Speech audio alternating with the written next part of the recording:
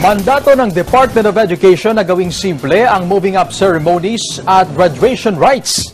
Nagpapatrol si Noriel Pajernos. Marso at Abril ang panahon ng pagtatapos sa eskwela, kaya nagpaalala ang DepEd na dapat simple lang ang seremonya, tulad ng hindi pagsusuot ng toga, kundi school uniform na lang. Hindi na raw dapat gumastos ang mga magulang at hindi rin daw obligado ang estudyante na magbayad para magkaroon ng yearbook. Walang excessive na paggastos, pati na yung extravagant attire. Meaning, hindi sila bibili ng mga mamahaling mga damit o kaya naman magsusuot ng toga.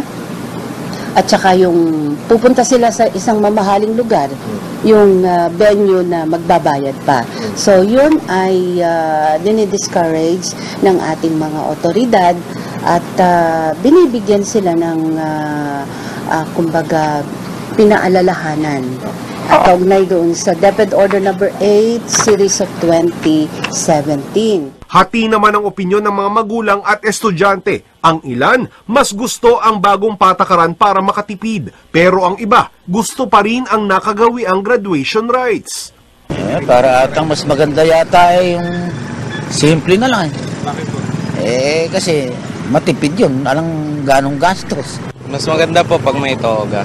Bakit? Kasi po yun po, yung para pong katunayan po na nakapagtapos po kayo ng high school. Kung gugustuhin naman ang nakagawi ang graduation rites at pagkakaroon ng yearbook, pwede itong pagdesisyonan ng mga magulang sa Parents Teachers Association meeting. Pero dapat isipin ang mas praktikal at makabubuti sa nakararami. At para sa mga mag-aaral sa pampublikong paaralan, walang dapat sisingilin na anumang fee para sa seremonya ng eskwelahan. Noriel Pajernos, ABS-CBN News.